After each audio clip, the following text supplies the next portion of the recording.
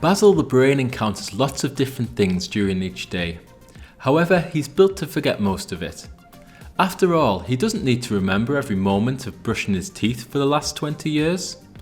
But when it comes to studying, he wishes he could get more information to stick. After attending a lecture, he struggles to recall what was covered. That was until Professor EQ started using creative stories and narratives in his teaching to engage Basil and his friends and help them understand and apply challenging concepts. An advantage to this storified approach to education is that it encourages visualization that helps form lasting memories by presenting content in a coherent and connected way, much easier to remember than isolated and disconnected information. Stories or narratives can be used as a way to provide students with their first exposure to complex or abstract information, and can help them build on previous knowledge and move towards better understanding.